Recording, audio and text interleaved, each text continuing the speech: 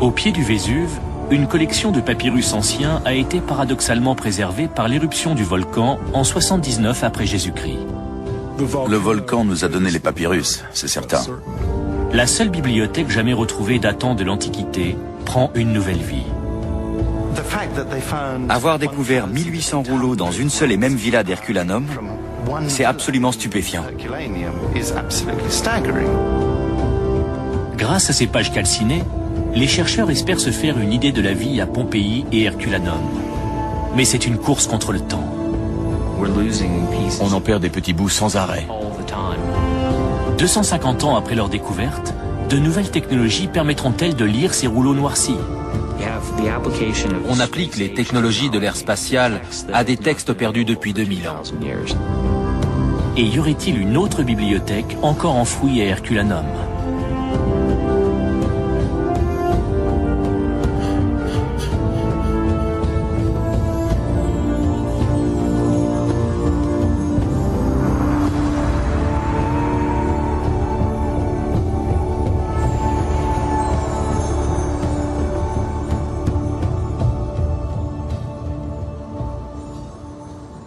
À la Bibliothèque nationale de Naples, des chercheurs s'emploient à déchiffrer les textes les plus fragiles et les plus anciens de l'histoire. Des fragments de papyrus qui ont traversé le temps par un concours de circonstances inattendues. En l'an 79, l'éruption du Vésuve a carbonisé et enseveli près de 1800 rouleaux, qui ont ainsi été préservés au lieu d'être réduits en poussière. Ça les a conservés. S'ils n'avaient pas été brûlés, ils auraient pourri. Moi, je considère le Vésuve comme un ami. Parce que c'est lui, avec son éruption de 79 après Jésus-Christ, qui a permis de conserver ces papyrus. Plus de 2 siècles après leur découverte, beaucoup n'ont pas encore été ouverts. Seule la villa des papyrus nous a livré des rouleaux entiers. Le problème est qu'on ne sait pas trop comment les ouvrir, tellement ils sont carbonisés et noircis. À partir de plus de 10 000 fragments calcinés, les chercheurs tentent de reconstituer les écrits perdus des philosophes classiques et d'éclairer d'un jour nouveau 2 cités rayées de la carte par le volcan.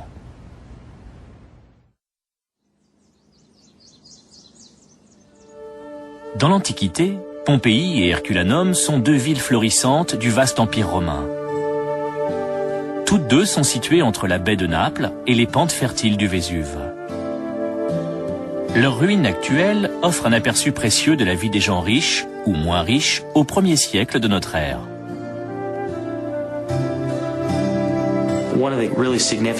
Ce qui est intéressant avec Pompéi et Herculanum, c'est que ce sont 2 villes qui sont restées figées dans le temps. Un peu comme des instantanés qui nous montrent exactement comment on vivait à cette époque.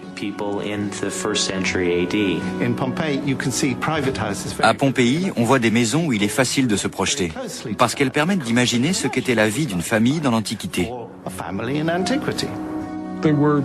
C'était de belles maisons, même celles des boulangers et des fouleurs de draps et de laine.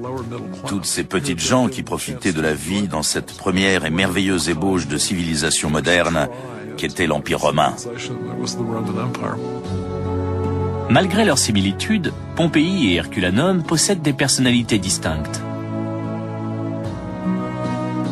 Pompéi, la plus grande, est une ville commerçante très animée.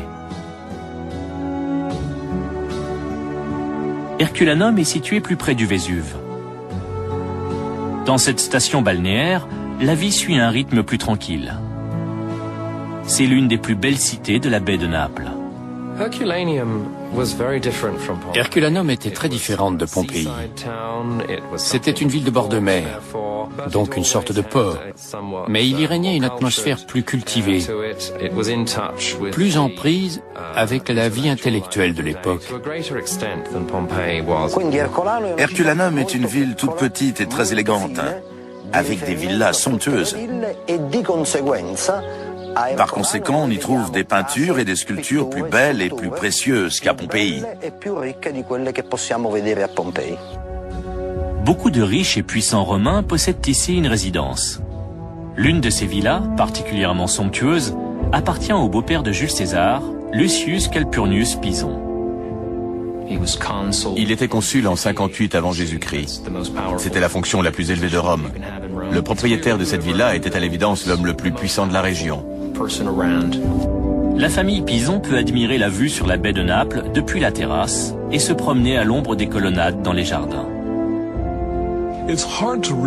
On peut difficilement imaginer combien les patriciens étaient au-dessus des gens ordinaires dans un empire romain déjà immensément riche, à moins de les comparer à un milliardaire d'aujourd'hui, comme Bill Gates. À en juger par la décoration, il était extrêmement riche. Et c'était juste sa résidence secondaire.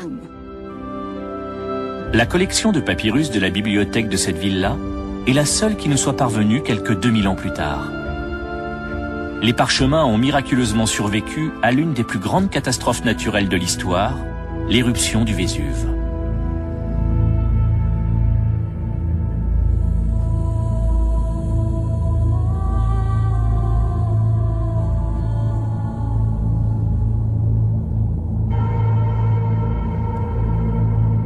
L'horreur de cette journée d'août 79 après Jésus-Christ est restée à jamais gravée sur le visage des victimes. Quand le volcan entre en éruption vers midi, un nuage de cendres noires envahit le ciel.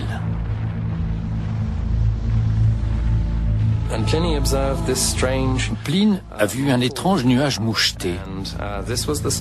C'était le début de l'éruption. Grâce à l'archéologie, on sait comment elle s'est déroulée dans les villes situées au pied du volcan. Ça a été terrible. Pompéi a été couverte de cendres et de lapilli. On peut reconstituer minute par minute leur mort, qui a été épouvantable. Il y a eu une pluie de lapilli qui est tombée pendant au moins 12 heures. C'était étouffant. Mais ça n'a pas tué les habitants. Et ils ont tous essayé de sauver leur vie. Certains ont fui la ville, d'autres se sont cachés. Les gens étouffaient, mais la plupart ont pu s'échapper. Seuls les plus cupides, ceux qui ont voulu aller chercher leur argent ou leurs objets précieux, sont morts. Du fait de leur emplacement, Pompéi et Herculanum connaissent des sorts différents. À Pompéi, la ville est recouverte de cendres.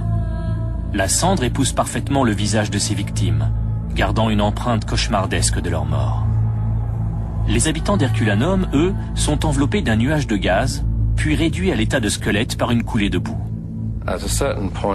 À un moment, le volcan a relâché un nuage de gaz et de vapeur extrêmement chaud, ce que les volcanologues appellent une coulée pyroclastique. Ce mélange de boue et de gaz, porté à une température d'environ 325 degrés, soit 3 fois plus que le point d'ébullition de l'eau, a submergé la ville et l'a ensevelie sous une vingtaine de mètres de matériaux volcaniques. Pendant longtemps, on a cru que tous les habitants d'Herculanum avaient pu s'enfuir. Mais dans les années 1980, on a retrouvé des centaines de squelettes près du rivage. Ces gens tentaient sûrement de fuir en bateau. Il y avait des centaines de squelettes près de la côte. Ils n'ont pas été assez rapides. La coulée pyroclastique est arrivée et ils n'ont rien pu faire. Leur fin a dû être atroce. Herculanum reste enseveli pendant 1700 ans. Elle tombe peu à peu dans l'oubli et une nouvelle ville se construit sur son emplacement, Ercolano. Puis en 1709, on redécouvre par hasard la cité antique parfaitement conservée sous les débris volcaniques. La découverte a eu lieu quand quelqu'un a creusé un puits et a vu une statue au fond. On a donc entrepris des fouilles en creusant des galeries. Les galeries dans lesquelles on travaillait étaient juste assez larges pour une personne et pas plus hautes que nous. Ils avançaient comme des taupes le long de ces profondes tranchées, en récupérant au passage des sculptures et d'autres trésors. Ces premières fouilles n'ont rien de scientifique. Les ouvriers creusent au hasard à travers la ville à la recherche d'objets précieux. L'objectif immédiat était la chasse au trésor. Charles de Bourbon s'intéressait surtout aux objets qui pouvaient être exposés au musée royal. Ces objets vont enrichir les collections royales. Les découvertes faites à Herculanum, puis à Pompéi, soulèvent la curiosité du monde entier et font de Naples une destination touristique majeure. On s'est aperçu que c'était des endroits essentiels qui montraient comment vivaient les Romains. Le fait qu'il s'agisse de villes tout entières permettait vraiment d'avoir une idée d'ensemble. Ces trouvailles archéologiques auront un impact durable sur l'art et la culture à travers le monde. Mais aucune découverte ne suscite autant d'intérêt que la villa de Lucius Calpurnius Pison. La villa des papyrus recelait une incroyable profusion de sculptures en bronze et en marbre. On n'a encore jamais découvert une villa romaine contenant autant de statues et de décorations. L'archéologue Karl Weber dessine ce plan de la villa en 1754. Bien qu'elle soit encore ensevelie, il décrit cette vaste demeure comme la plus précieuse et la plus riche de l'Antiquité. Mais la découverte la plus remarquable faite ici passe presque inaperçue. 1800 papyrus carbonisés qu'on prend d'abord pour des morceaux de charbon. En 1752, lors de fouilles, on a découvert des objets très mystérieux qui ressemblaient à du charbon. À l'époque, personne ne s'est rendu compte qu'il s'agissait de papyrus. Ce qui est logique, puisque la notion même de papyrus n'existait pas. Pour eux, c'était des bouts de bois calcinés. Nous savons que les 3 ou 4 premiers ont même été utilisés comme combustible. Au début, certains ont été jetés ou ont servi à faire du feu. Mais quelqu'un a fini par s'apercevoir qu'il y avait des écritures à l'intérieur et qu'il s'agissait donc de livres. Avoir découvert 1800 rouleaux dans une seule et même villa d'Herculanum, c'est absolument stupéfiant. Pour nous, il est très frustrant de ne pas avoir accès aux bibliothèques antiques. Nous avons des bibliothèques médiévales, parce que ces documents-là ont survécu, mais tout ce qui date de l'Antiquité a été brûlé ou détruit. Le responsable des fouilles note qu'on retrouve des centaines de rouleaux éparpillés dans la villa. Il raconte qu'il en a remonté une quantité énorme, trop importante pour qu'il puisse la porter seul, et les compare à des bouts de charbon. Dirk Obink, chercheur à Oxford, explique que les rouleaux ont non seulement souffert de la chaleur de l'éruption, mais aussi des effets de la pluie et d'autres éléments. Voici des rouleaux qui ont exactement l'aspect qu'ils avaient quand on les a mis au jour en 1752 et pris pour du charbon. Ils ont été écrasés par la pression des débris volcaniques accumulés au-dessus d'eux. Ils ont aussi été mouillés par la pluie qui a transformé les cendres en boue. Leurs bords se sont rétractés et ils ont pris une forme trapézoïdale et non plus cylindrique. La découverte de la bibliothèque d'Herculanum suscite l'intérêt du monde entier. La nouvelle de cette incroyable découverte s'est répandue dans toutes les grandes villes d'Europe. Tout le monde espérait qu'on trouverait les tragédies perdues des grands auteurs grecs. C'était la première fois qu'on pouvait ainsi accéder à l'Antiquité en direct. À Naples, le roi Charles de Bourbon voit là un moyen d'accroître son prestige. C'était bon pour son image d'avoir un tel trésor entre les mains. Tous ceux qui venaient à Naples demandaient où en sont les papyrus. Peut-on les voir? Qu'en a-t-on tiré? Combien ont été déroulés? En dépit de toutes les promesses qu'il recèle, un problème se pose. Les rouleaux sont si fragiles qu'ils sont presque impossibles à ouvrir. Il faudrait des années pour qu'on parvienne à en dérouler ne serait-ce qu'un.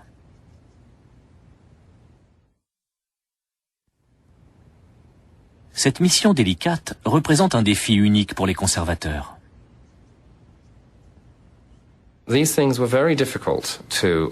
Ils étaient très difficiles à ouvrir. Et la première méthode qu'on a utilisée a été celle de Camillo Paderni, un peintre romain qui n'avait guère de connaissances en la matière. Paderni avait une méthode assez rudimentaire. Il y allait au couteau. L'une de ses techniques était de prendre un grand couteau et de trancher le rouleau dans sa longueur, en deux parties. Il obtenait deux moitiés, comme ça, et il découvrait le texte qui se trouvait à l'intérieur, les lignes couraient en fait horizontalement, en grattant les couches abîmées. Il grattait tout ce qui était au milieu, vidait la poussière sur son établi, et continuait ainsi jusqu'à ce qu'il atteigne la partie externe du papyrus. Et sur cette couche-là, il pouvait lire une certaine quantité de texte, ou plutôt, il pouvait voir un certain nombre de lettres successives, car il ne lisait pas le grec. Paderni était une brute ignorante. Son titre de gloire est d'avoir inventé le coupage de papyrus en deux. Apparemment, il a choisi de massacrer les papyrus les mieux conservés. C'est une perte incalculable. Plusieurs savants, dont le prince de San Severo, viennent à Naples tester leurs idées sur l'ouverture des papyrus. Il pensait que le mercure liquide, un métal qui se déplace sans frottement à travers tout, pourrait se glisser entre les couches des papyrus et les séparer proprement. Il a donc construit une grande boîte dans laquelle il a posé un rouleau verticalement et a rempli le tout de mercure. L'idée semblait bonne. Mais quand on a rouvert la boîte, on s'est aperçu que la densité du mercure avait réduit le papyrus en poudre. D'autres tentatives ont été faites pour ouvrir les rouleaux, souvent à l'aide de solvants chimiques. Le pire était Sir Humphrey Davy, un chimiste anglais qui était sûr de trouver un produit qui ne les réduirait pas en poussière et qui a simplement réussi à les casser en petits bouts. Il est allé à Naples dans les années 1820, mais après en avoir détruit une douzaine, il a renoncé. Les critiques fusant de toute l'Europe, le roi finit par demander l'aide du Vatican. Arrive alors un conservateur expérimenté, Antonio Piaggio, ce qui n'est pas du goût de Paderni. Pour Piaggio, Paderni était un boucher. Il parlait sans cesse du massacre qu'il avait infligé au papyrus. Le père Piaggio était bien plus prudent, bien plus fin dans son approche. C'est lui qui a mis au point la machine avec laquelle on a enfin pu commencer à les dérouler. La méthode consistait à coller une sorte de membrane animale très fine sur le dos des papyrus et puis très doucement à séparer les couches. Cette membrane permet de garder le papyrus d'un seul tenant quand on le détache du reste du rouleau et qu'on le déroule vers le haut. Une fois qu'on a obtenu une bande d'une certaine longueur, on prend un couteau très aiguisé, on la coupe, on la pose à plat et on la laisse sécher. C'était une opération très laborieuse parce qu'il fallait toujours mettre un support sous le papyrus pour éviter qu'il se désintègre en s'ouvrant. Et il fallait repérer le début du rouleau, ce qui n'avait rien d'évident. Cette technique de déroulement est très lente et très méticuleuse. Pour le premier papyrus, il a fallu 4 ans, à raison de quelques millimètres par jour. À la fin du XVIIIe siècle, seuls quelques papyrus ont été ouverts. Malgré cela, les rouleaux sont une sorte de monnaie politique pour la monarchie napolitaine. Il n'y avait pas un courtisan ni un aristocrate qui n'ait envie de savoir ce qu'il y avait dans ces textes. La reine de Naples, Caroline Murat, sœur cadette de Napoléon Bonaparte, offre des fragments de papyrus en cadeau. Napoléon lui-même reçoit plusieurs rouleaux qui seront plus tard ouverts et traduits par des savants français. Par une succession de tractations parfois étranges, certains de ces papyrus se retrouvent à Berlin, Copenhague et d'autres villes d'Europe. L'une des anecdotes les plus intéressantes sur le trafic des papyrus d'Herculanum concerne un échange, ou soi-disant échange, de 18 kangourous contre 18 rouleaux.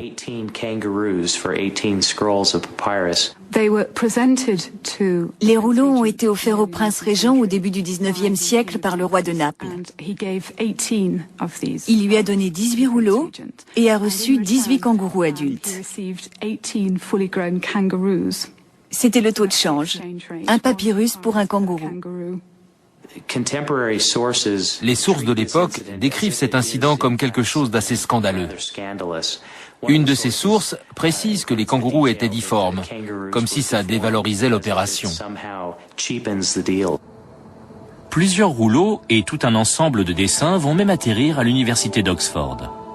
En 1802, le prince de Galles envoie le révérend John Hayter à Naples pour travailler sur les rouleaux.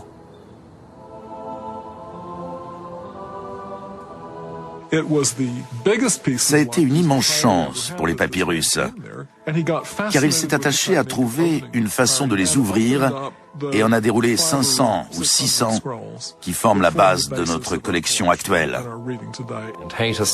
Il est resté à Naples plusieurs années et le travail a avancé bien plus vite sous sa direction. Hayter réalise des dessins détaillés de chaque fragment.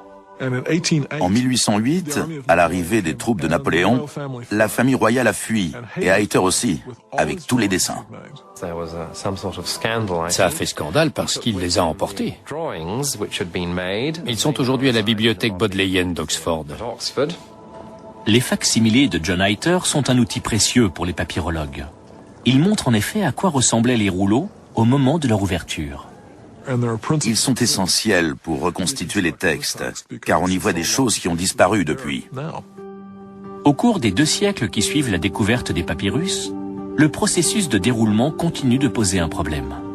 La technique la plus récente, dite méthode d'Oslo, emploie des colles spéciales pour consolider les fragments et minimiser les dégâts lors de l'ouverture.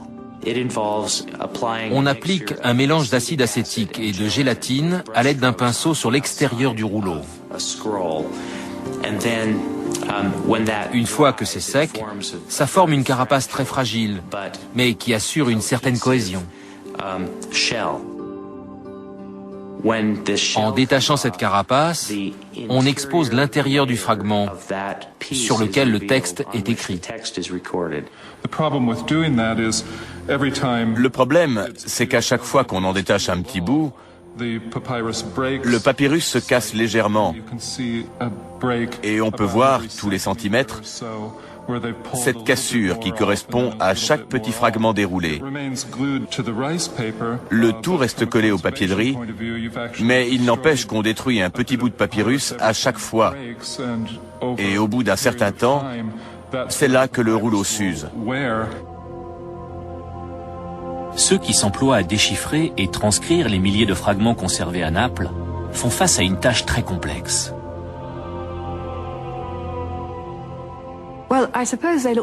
Les papyrus sont un peu comme des toasts. Ils sont marron foncé, avec des parties parfois grisâtres et une surface très irrégulière. Et là-dessus, on distingue une encre grise plus brillante. C'est ce qui nous intéresse. La surface n'est pas plate du tout. Elle présente des petites crêtes dues au fait que le papyrus a été enroulé puis écrasé. C'est comme aplatir une chips. Le papyrus est plus épais, mais presque aussi friable. On ne peut pas s'asseoir, poser le papyrus à plat sur la table, le regarder au microscope et le lire. Il faut sans cesse le bouger pour trouver l'angle exact sous lequel l'encre devient visible. Il arrive qu'un fragment se soit détaché de la couche à laquelle il appartenait pour venir s'attacher à une autre couche. Quand ce papyrus a été déroulé, comme beaucoup d'autres, les couches sont restées attachées les unes aux autres. Parfois, c'est quand on essaie de déchiffrer ces fragments qu'on se rend compte qu'on lit un passage qui vient d'une autre partie du rouleau. Mais à l'œil, on remarque à peine que les couches ont adhéré entre elles. Les fragments retranscrits sont généralement truffés d'espaces vides. Aux prises avec un puzzle complexe, les chercheurs tentent de retrouver des mots qui pourraient avoir échappé à d'autres. C'est un peu désespérant d'avoir 75 ou 35% d'un texte et de ne pas pouvoir le lire. Mais c'est ça qui nous motive. Pour moi, ce n'est pas une corvée. En fait, c'est presque une dépendance. Quand vous êtes à Naples en train de déchiffrer ces papyrus, vous êtes furieux de devoir quitter la bibliothèque parce qu'elle ferme.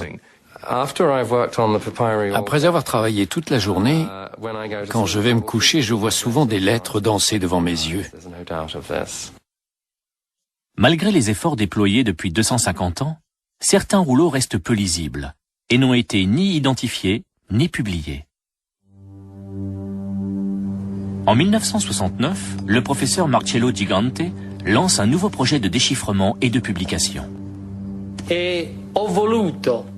Dès le départ, je tenais à ce que ce soit une collaboration internationale. Lors d'une conférence en 1999, Gigante rencontre une équipe américaine qui lit des manuscrits brûlés grâce à une nouvelle technique d'imagerie. Invités à Naples, les spécialistes sont d'abord découragés par l'état des papyrus. Quand je les ai vus, j'ai pensé, le volcan les a détruits. Je n'avais jamais vu des papyrus aussi abîmés. Steve et Suzanne Bourras, de l'université Brigham Young, essaient de voir si cette nouvelle technique, appelée imagerie multispectrale, peut être utile. Ils se rendent vite compte qu'elle permet d'isoler le texte de son support carbonisé. C'est de l'encre noire sur un papyrus noir, mais avec des propriétés réfléchissantes différentes. L'œil humain ne voit que du noir. L'imagerie multispectrale, elle, repose sur la réflectivité. L'encre et le papyrus réfléchissant la lumière de façon différente, on peut facilement les distinguer l'un de l'autre, surtout dans le spectre infrarouge. Dans l'infrarouge, on a des réponses différentes. Et du papier noir peut apparaître gris clair, tandis que l'encre apparaîtra noir. On voit donc du noir sur fond gris, on le photographie et on peut le lire facilement. Ceci est un fragment de scorza, la couche extérieure du rouleau. On ne voit aucune trace d'écriture à l'œil nu. Voici une image prise avec un filtre correspondant à la lumière visible à environ 500 nanomètres. On ne distingue rien. Là, on est à 700 nanomètres. On rallume la caméra. On réduit la lumière. On commence à voir apparaître un peu de texte ici. On refait la mise au point. Là, on a une image avec du texte presque complet prise dans l'infrarouge, à environ 1000 nanomètres. Alors qu'avant, avec un filtre correspondant au spectre visible, on ne distinguait pratiquement rien. Au départ, l'imagerie multispectrale a été mise au point pour le programme spatial. La NASA l'utilise pour étudier la Terre et d'autres planètes. Les gens de la NASA voulaient voir ce qu'il y avait à la surface de ces planètes. Et on s'est dit qu'à plus petite échelle, on pourrait s'en servir pour des textes et des objets archéologiques. Des papyrologues un peu sceptiques apportent à l'équipe de l'université Brigham Young leurs fragments les moins lisibles. Je leur ai dit, si vous pouvez vraiment faire apparaître de nouvelles lettres, voilà un bon test. Un morceau de papyrus que Richard Janko et moi-même avons examiné pendant 1 heure au microscope et où on ne voit qu'une surface vide et les traces de 2 ou 3 lettres grecques. Si vous en tirez quelque chose, je serai vraiment impressionné.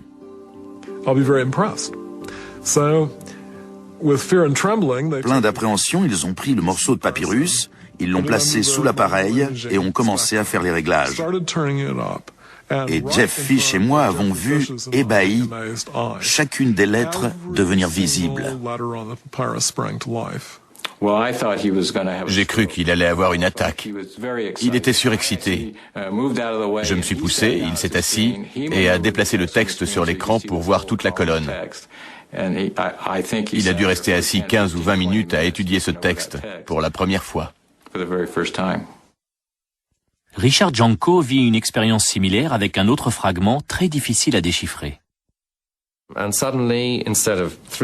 Soudain, au lieu de 3 lettres, Il y en avait 60. On est reparti à la bibliothèque pour confirmer la lecture. J'étais sûr que j'allais pouvoir le faire. Et au bout de 10 minutes, on s'est aperçu qu'on avait mis le fragment à l'envers. Et j'ai compris qu'on ne pourrait jamais confirmer ces résultats avec l'œil humain, car il ne peut pas voir de telles longueurs d'onde. Ces images avant-après montrent ce qui était visible à l'œil nu et le texte qui apparaît dans l'infrarouge.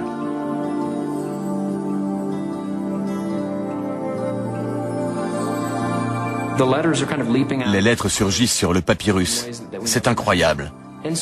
On obtient donc de nouveaux mots, de nouvelles lettres, de nouvelles lectures.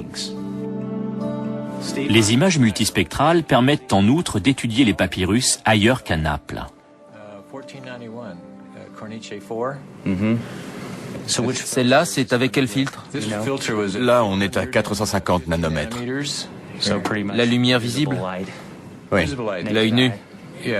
Oui, cette image très impressionnante a été prise à 1000 nanomètres dans l'infrarouge.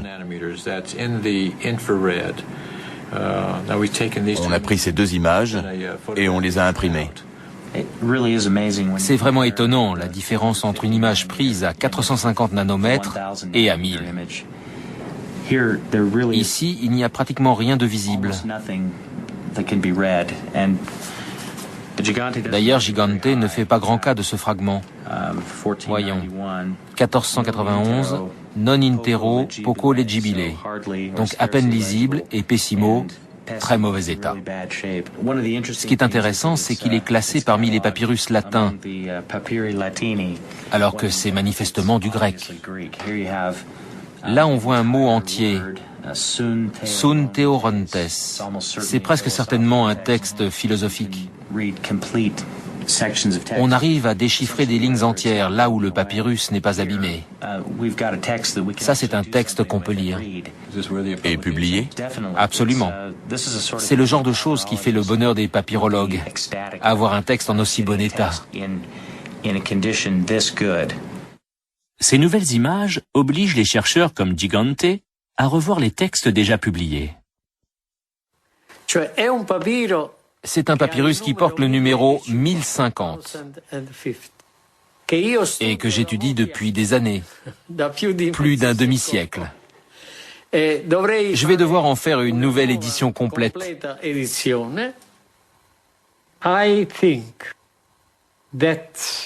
Pour moi, il ne fait aucun doute que cette nouvelle technique va apporter une importante contribution à l'étude de nos papyrus.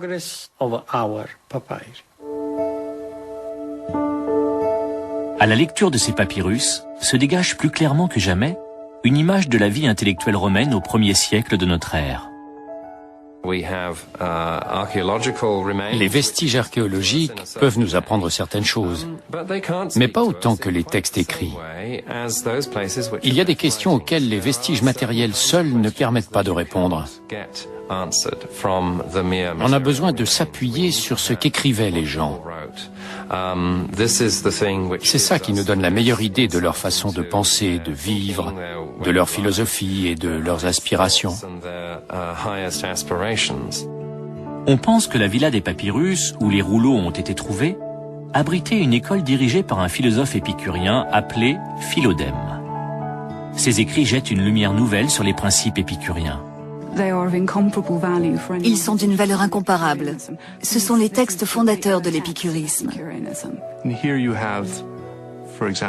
Vous avez par exemple chez les épicuriens un groupe de gens intelligents qui font face à des pressions semblables aux nôtres aujourd'hui en suivant une philosophie à laquelle ils sont profondément attachés et dont le but est d'être heureux. Bien qu'ils ne soient pas considérés comme des textes religieux, les rouleaux philosophiques se posent les mêmes questions que la religion sur les dieux, la vie vertueuse et la mort. Pour les épicuriens, l'une des façons d'éliminer la souffrance était d'éliminer la peur, en particulier la peur de l'au-delà. On ne sait pas s'ils croyaient ou non dans les dieux. Moi, je pense que oui. En tout cas, ces dieux n'ont rien à voir avec nous. Ils n'interviennent pas dans notre vie, ni en bien, ni en mal. C'était un monde où on rendait un culte aux dieux sans croire en eux. Les philosophes pensaient qu'il fallait trouver son Dieu intérieur, vivre en paix avec soi-même, fréquenter des amis partageant les mêmes idées, et qu'on vivrait alors la vie la plus heureuse possible. Les rouleaux n'ont encore livré aucune référence à des mouvements religieux comme le christianisme. Au moment de l'éruption, beaucoup de religions sont présentes à Pompéi et Herculanum. Le christianisme a commencé à s'enraciner dans la région. L'apôtre Paul est même venu prêcher à Pozzuoli, non loin de là, 30 ans avant l'éruption. À l'époque de Saint Paul, il y avait déjà une communauté chrétienne très forte à Pozzuoli. Il ne serait pas incongru de penser que les chrétiens de Pozzuoli ont véhiculé le message jusqu'à Pompéi et Herculanum par voie de mer ou de terre. Beaucoup de gens doutent que le christianisme ait été présent à Herculanum en l'an 79. Moi pas. Les idées circulent vite, surtout des idées aussi séduisantes et aussi belles. Il y avait sans doute des chrétiens à Herculanum au moment de l'éruption. Mais les chercheurs doutent que les papyrus de la bibliothèque fassent mention du christianisme, étant donné l'âge des papyrus et l'identité du propriétaire de la villa. Les papyrus les plus récents datent de 15 avant Jésus-Christ. Ils étaient déjà anciens au moment de l'éruption. Si vous espérez trouver des œuvres comparables aux évangiles chrétiens, je n'y crois pas trop. C'était une bibliothèque appartenant à un membre de l'élite dont les influences culturelles étaient grecques et non juives ou chrétiennes. Tous les rouleaux n'ayant pas encore été déchiffrés, il est possible qu'on trouve un jour d'autres références religieuses. Les papyrus suscitent en outre d'autres interrogations. Peut-être contiennent-ils des textes inédits et des œuvres d'auteurs plus connus comme on l'espérait au XVIIIe siècle. Ils étaient conscients que le meilleur de la littérature antique avait en grande partie disparu. Ils espéraient donc retrouver les tragédies perdues des grands auteurs grecs ou les ouvrages de l'historien Tite-Live, tous ces écrits dont on était venu à admirer les vestiges durant la Renaissance. Les gens me demandent si on va trouver des textes d'Aristote. Qu'on découvre une œuvre complète de lui ou de Platon est très improbable. Mais les écoles avaient pour habitude d'étudier des extraits des autres philosophes. Il n'est donc pas impossible qu'on retrouve de longs passages de grands philosophes.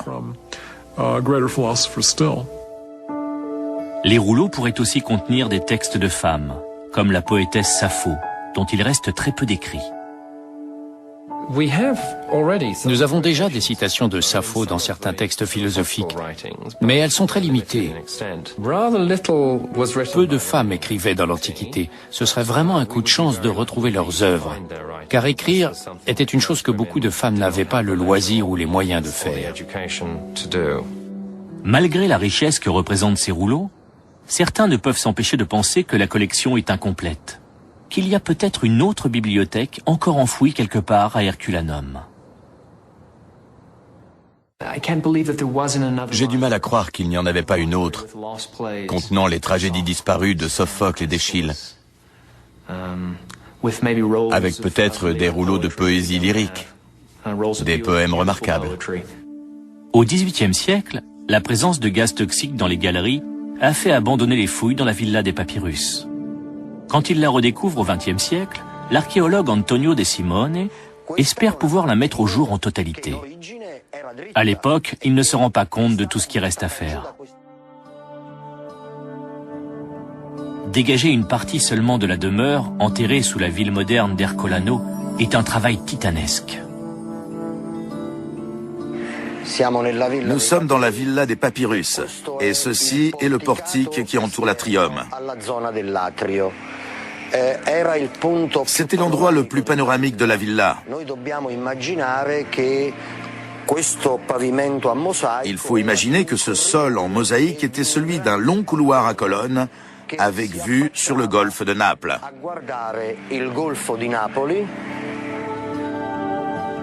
Même après 2000 ans, la splendeur des mosaïques et des fresques témoigne de la richesse et du statut social des propriétaires. Les propriétaires connaissaient la philosophie.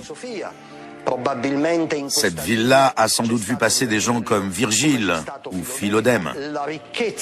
La richesse de cette demeure était le cadre idéal pour le cercle d'intellectuels qui s'y réunissaient.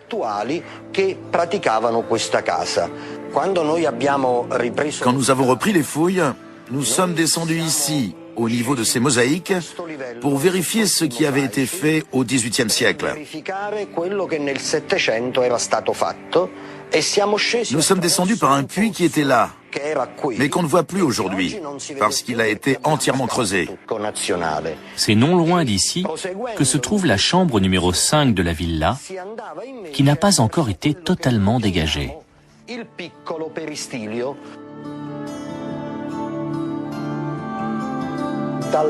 Dans la chambre numéro 5, le long de cette trajectoire, on a retrouvé au XVIIIe siècle près de 2000 papyrus qui sont conservés à la Bibliothèque nationale de Naples. Les papyrus n'étaient pas rangés dans les rayons quand on les a trouvés. Ils étaient éparpillés par terre. Antonio De Simone pense qu'au moment de l'éruption, des gens ont tenté de les mettre en sûreté.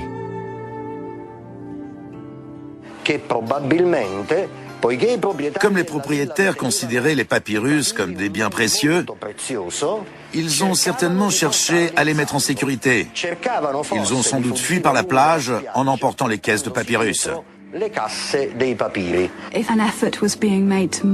Si on a tenté de déplacer les papyrus pendant les quelques jours où a eu lieu l'éruption, on pourrait les avoir transportés vers une partie plus éloignée de la villa ou de la propriété. Si on retrouve l'itinéraire qu'ils ont suivi pour sortir de la maison et descendre vers la mer, il est possible qu'on découvre d'autres caisses le long du chemin. De nombreux chercheurs s'accordent à dire qu'il pourrait aussi y avoir d'autres papyrus ailleurs dans la villa. Est-ce qu'on va découvrir d'autres textes? Oui, je dirais qu'il en reste encore beaucoup. S'il y avait une bibliothèque principale, il y a des chances qu'elle soit toujours là. En 1996, l'espoir de trouver une autre bibliothèque se précise quand De Simone fait une découverte sensationnelle. La villa des papyrus faisait au moins 3 étages, et seul le dernier a été dégagé et exploré.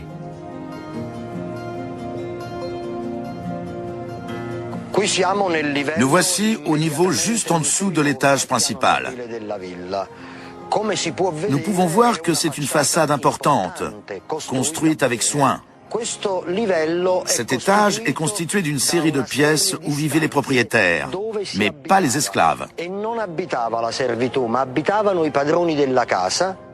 Un coup d'œil dans ces pièces révèle des fresques et des mosaïques de toute beauté.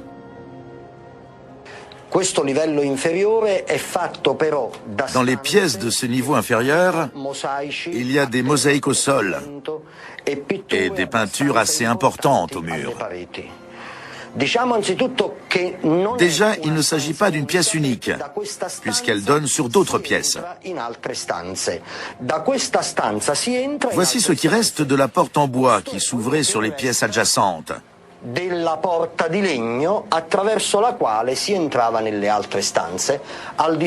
Au-dessus, une plinthe peinte en rouge, une corniche avec des frises peintes et d'autres décorations encore au-dessus.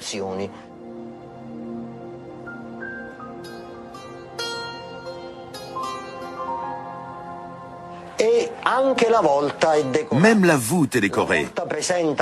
Elle est surmontée d'une corniche en stuc tout autour et ornée de festons de lierre. Et de là, on a encore accès à une autre salle.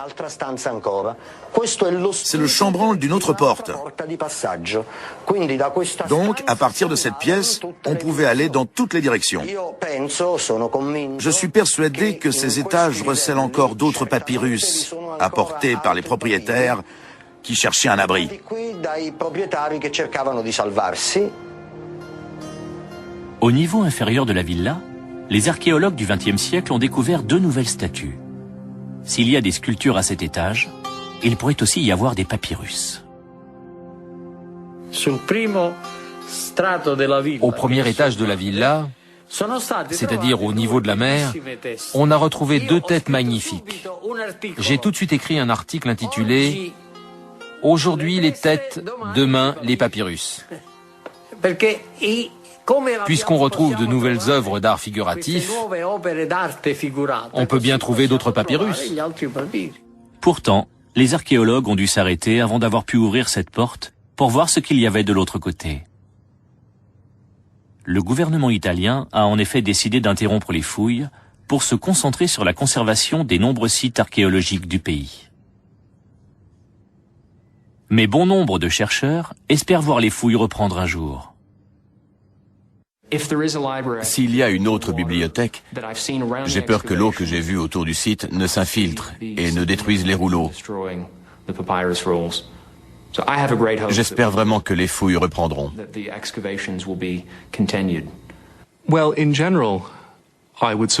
Normalement, je suis partisan des fouilles. Mais celle-ci pose de nombreux problèmes. Pour commencer, on ne considère pas généralement comme un bon principe archéologique de se mettre à la recherche d'une chose précise. Il est évident que la villa regorge de trésors artistiques, et c'est ça le plus important. Donc se focaliser sur les papyrus, c'est une erreur, car il s'agit de tout un ensemble. Nul n'est sans doute plus impatient de découvrir ce que recèle la villa que Marcello Gigante. Il y a une partie de la villa qui n'a jamais été mise au jour. Nous le savons.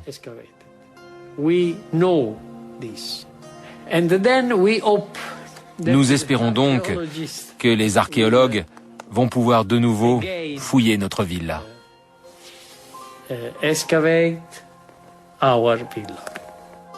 La villa des papyrus a beau être encore partiellement ensevelie, il est possible de se faire une idée de sa richesse non pas à Naples, mais à Malibu, en Californie. Cette réplique a été commandée dans les années 1970 par le magnat du pétrole Jean-Paul Getty, d'après les plans et dessins réalisés au XVIIIe siècle. Getty voulait exposer sa collection d'antiquités dans un cadre authentique.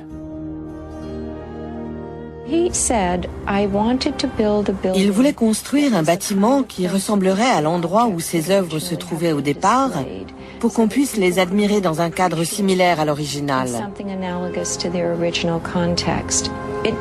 Ça donne aux visiteurs une excellente idée de ce qu'était une luxueuse villa romaine. Ce sol de mosaïque est la réplique de l'un des premiers pavements découverts dans la villa des papyrus au XVIIIe siècle.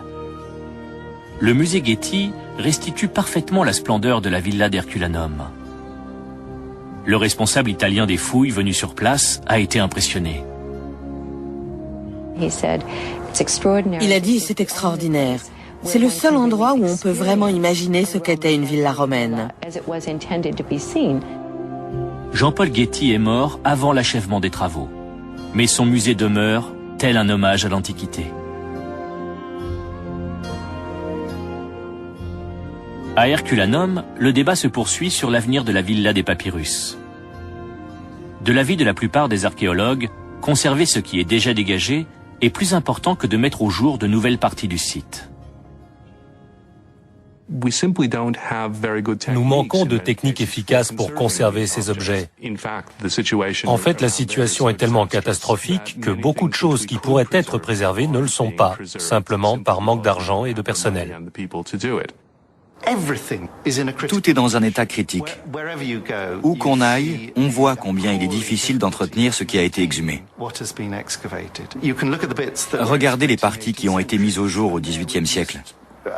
Il n'en reste plus que des murs dénudés ou des gravats. On ne voit plus aucune fresque. Et s'il y avait des mosaïques, elles ont été envahies depuis longtemps par la végétation. En gros, tout a disparu, hormis l'ossature. À Pompéi, les rares fouilles encore menées sont différentes de celles du XVIIIe siècle. Elles se concentrent sur la période pré-romaine. On ne cherche pas à exhumer de nouvelles parties de la ville à cause des problèmes d'entretien et de conservation. Enlevez ça tout doucement et peut-être qu'arrivé ici, vous ne pourrez pas faire plus. Tout ce qui n'a pas été restauré ces 10 dernières années a besoin de l'être. D'où cette réticence à engager de nouveaux chantiers. Si on ne peut pas entretenir ce qui a été mis au jour il y a seulement 50 ou même 30 ans, comment justifier de nouvelles fouilles qui aggraveront le problème? Le gouvernement italien fait de gros efforts pour accroître les fonds consacrés à l'opération très coûteuse de restauration et d'entretien du site. C'est très bien, mais qui sait si on y arrivera?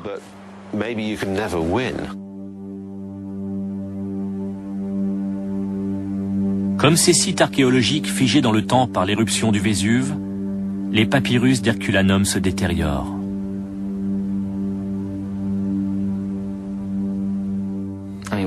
On en perd des petits bouts sans arrêt. Ils se désintègrent sous nos yeux. Quand on les regarde, on voit qu'ils sont couverts de poudre noire. Si vous prenez un minuscule fragment et que vous le touchez, il tombe en poussière. Immédiatement. On a toujours peur d'éternuer. C'est terrifiant de se dire qu'on pourrait détruire une partie d'un rouleau par un éternuement malvenu.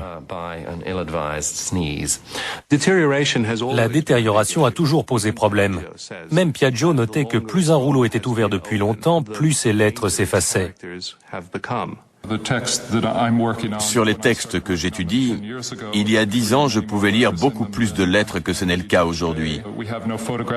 Et on n'en a aucune trace photographique, parce qu'à l'époque, les techniques n'étaient pas au point. Pour le 250e anniversaire de la découverte des rouleaux, la Bibliothèque nationale de Naples et l'université Brigham Young achèvent un grand projet. Convertir les images multispectrales de plus de 10 000 fragments en une bibliothèque numérique. On n'a jamais trouvé un bon moyen de conserver les papyrus parce que tout ce qu'on leur fait les abîme. L'approche moderne consiste à essayer d'en prendre une image aussi bonne que possible, et ces images sont les meilleures qu'on ait obtenues jusqu'ici. C'est exaltant d'avoir des dizaines de milliers d'images dans cette bibliothèque. Quoi qu'il arrive aux originaux, on a désormais des images numériques qui survivront indéfiniment.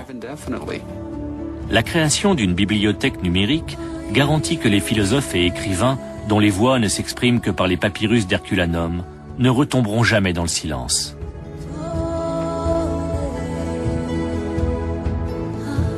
Le Vésuve domine toujours la baie de Naples de son imposante silhouette. Ce volcan actif est le rappel permanent de la tragédie passée. Je suis toujours frappée par sa proximité. Il est toujours là, à l'arrière-plan. Impossible de l'oublier. Et peut-être que les gens qui vivaient là l'ont oublié et n'ont pas compris ce qui leur arrivait. Pour les visiteurs, la présence de ceux qui vivaient ici et ont bâti ces villes flotte toujours sur les lieux. J'aimerais sentir les fantômes de l'Antiquité plus fortement. Ce que je voudrais, c'est sentir leur présence ici. Comment évoluaient-ils dans ces lieux?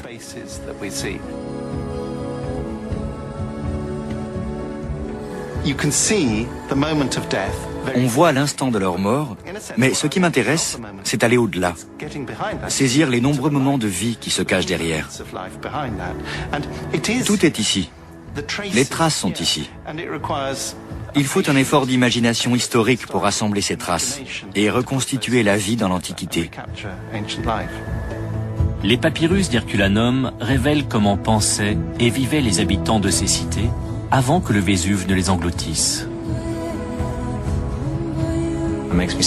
C'est triste de penser que c'est grâce à cette catastrophe que ces textes nous sont parvenus. J'aime imaginer Philodème en train de les lire à des gens comme Virgile. J'aime m'imaginer à cette époque, dans la villa.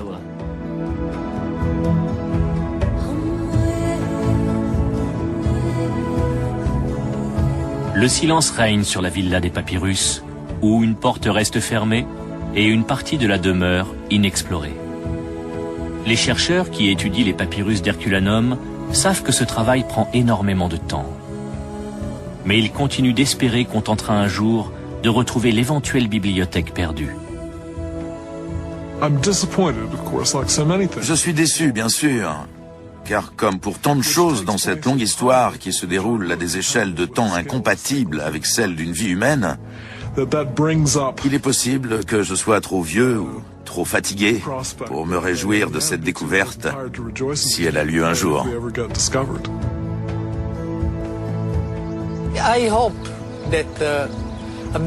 J'espère qu'avant de mourir, je pourrai contempler toute la villa dans la lumière de notre soleil.